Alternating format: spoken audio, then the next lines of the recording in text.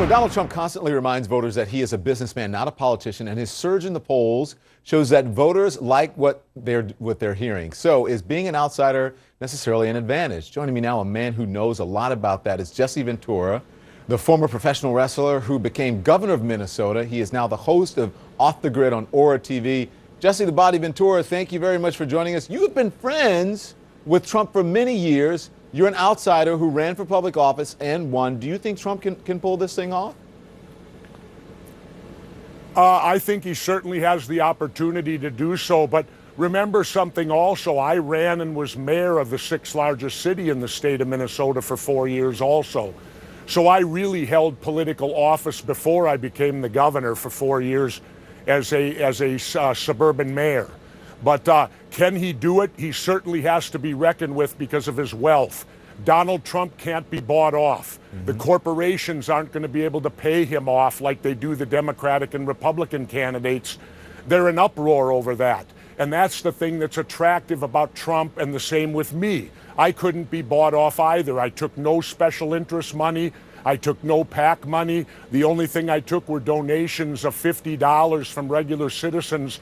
And I actually only raised $300,000 to become the governor of Minnesota. I made more money doing the job than what I paid to get it.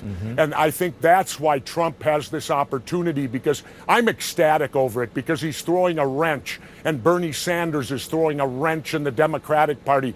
Both of these, they've had a two-pat for too long, and it's time now for the people to rise up and let them know we are still the boss, not the two political parties. He is, to say the least, definitely unconventional, right? Also, he did something I think that you would agree that you did. He doesn't use talking points. He gets up there, he talks off script. He's not, it's not political talking points. That is what's appealing, even though people criticize him for maybe not having enough, not being versed enough on policy. Yeah, that's exactly correct. I found that out when I ran for governor of Minnesota. I went against Hubert Humphrey's son, and Senator Norm Coleman, who's as slick as you can get, being highly trained politically. And I realized at the first debate that I needed to be different from them. I never used a note. I never used a prepared speech. And it resonated tremendously. Well, Donald Trump was watching because he was there. He was in support of me way back then. And Donald and I have been friends for a long time. I don't agree with everything. I think his immigration policy is ridiculous, and I'll tell you why. If you build a 20-foot wall, it's this simple. I'll find someone with a 21-foot ladder. And the point being is, what are you going to do? Shoot someone and kill them if they crawl over the wall? That's going to be the death sentence for someone to do that. What about sending families back? The whole thing's ridiculous. You're not going to solve anything with a wall. What's that? What about sending families back? You know, that's policy, that's immigration policy that needs to be handled. But, you know, I find it interesting. I do Off the Grid, and I live over half the year in Mexico. And I go into Mexico, and I'm welcome there. Yet when I turn around, it's harder to get back in my own country. Do we really want to live in East Berlin? Do we want the United States to be a walled community? We might as well take the Statue of Liberty down then, shouldn't we?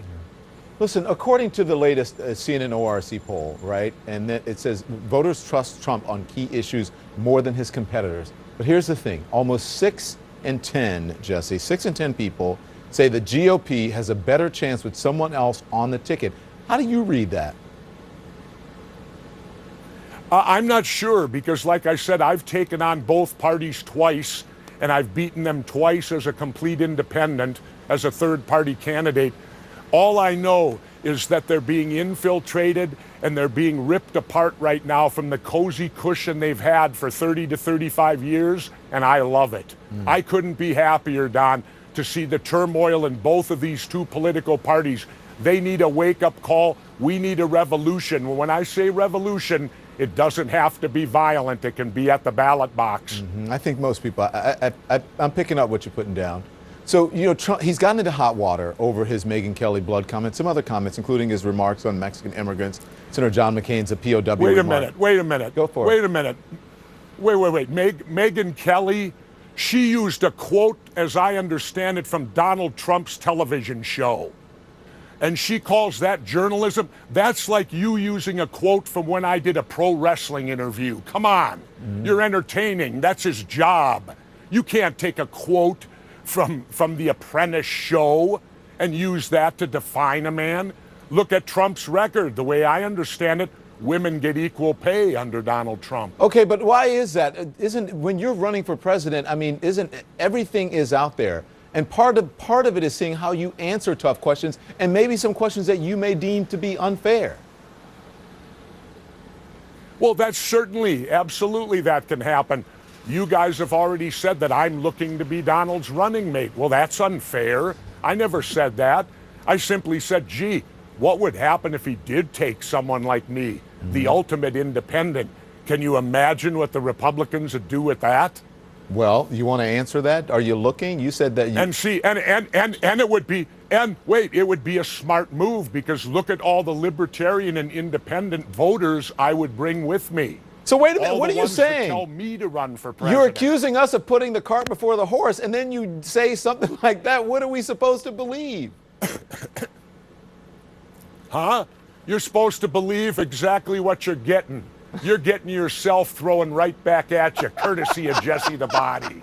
So, all right, well then answer that. I'm going to hold your feet to the fire. Would you be on the ticket Don, with him? Don, let me do a shameless plug. Yes. I would seriously consider it, Okay. yes. Okay. I would consider, if Donald came to me and asked me to run with him, I would give it its due consideration. I respect Donald Trump enough to do that, to Okay. give it consideration. Before you give your shameless plug, I want to take a break. I'm going to bring you back, okay? And then you can give your shameless plug. So stay with me. Come right back. I want to hear Jesse Ventura's advice on how Donald Trump should govern. We'll be right back.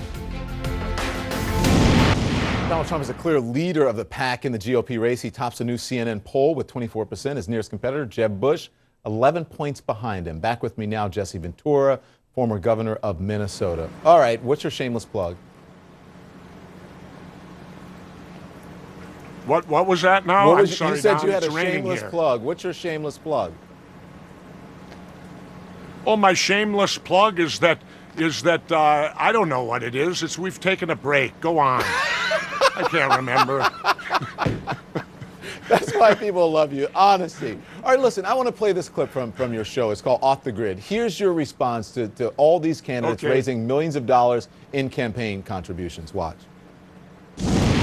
It needs to be taken seriously. Put all presidential candidates in NASCAR racing suits so that they got big patches all over them with their 10 top campaign contributors.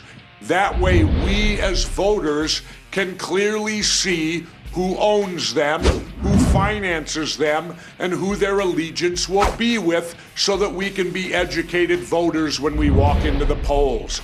It's no longer a laughing matter. And to my knowledge, the only guy who would have a clean suit would be Donald Trump. He'd probably only have Trump on the front of his suit. Some people may think that you're being facetious there, but that you make a very good point, pointing out something that a lot of people find appealing. He's not beholden to anyone. Yeah, that's exactly it. Where all these other candidates, take a look at them.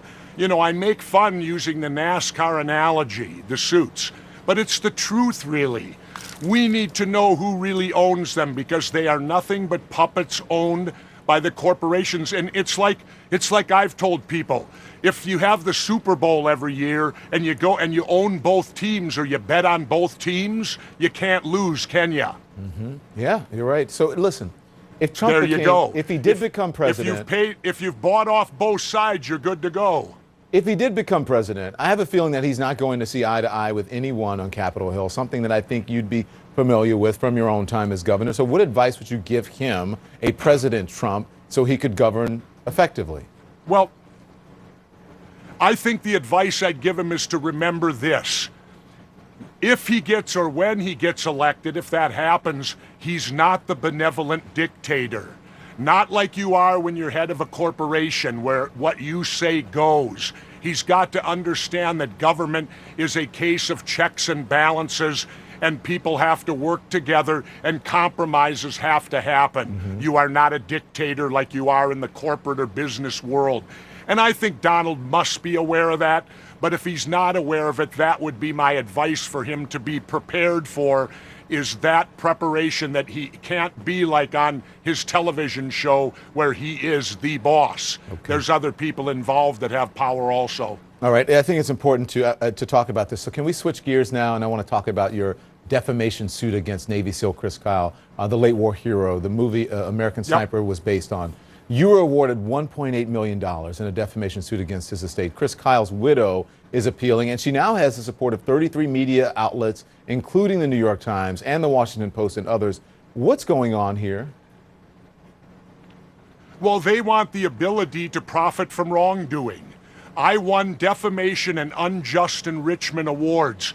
They want the unjust enrichment law changed so that they can defame people. It'll turn it into a business. You won't even have to check to see if you're right, because defamation is so hard to prove anyway. Imagine for a moment, Don, how overwhelming the evidence had to be. You've got a war veteran who's deceased, and you got his grieving widow, and yet I won overwhelmingly because the story was a lie.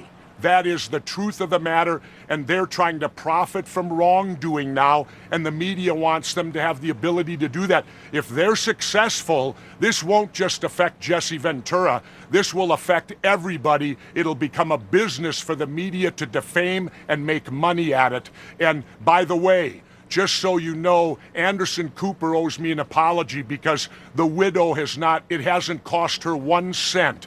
Everything has been paid for by mutual insurance, and everything, if there's a settlement or any award, will be paid by an insurance company, and that was misrepresented by the media to make me look like the villain. Well, by the way, I respect Anderson a lot, and I'll let you and Anderson deal with that between you two, and I'm sure he'll have you on his show, and you guys can take care of that. I'm just waiting for his apology. Okay. I like to throw it out to him that he owes me an apology. All right. Well, I'm sure Anderson will deal with that. He's a stand-up guy. But by the way, I noticed that in your opening of your show, Off the Grid, you list a few things about yourself. You said patriot, Navy SEAL, wrestler, independent governor, among other things. So again, you said president with a question mark. You told me earlier that you would, possibly, if he asked you, that you would be his running mate.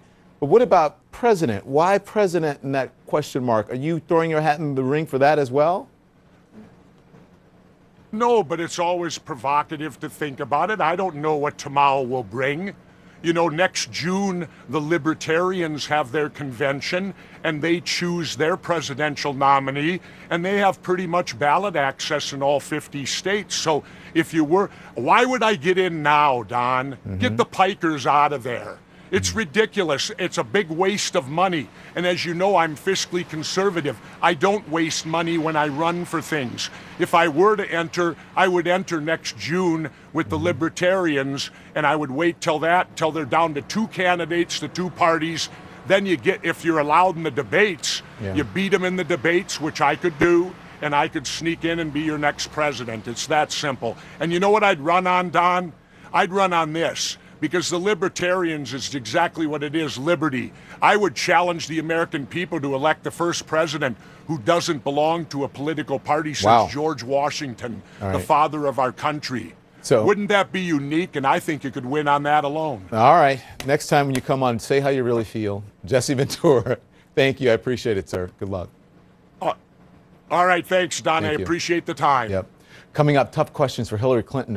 I'm the leading state sponsor of terrorism.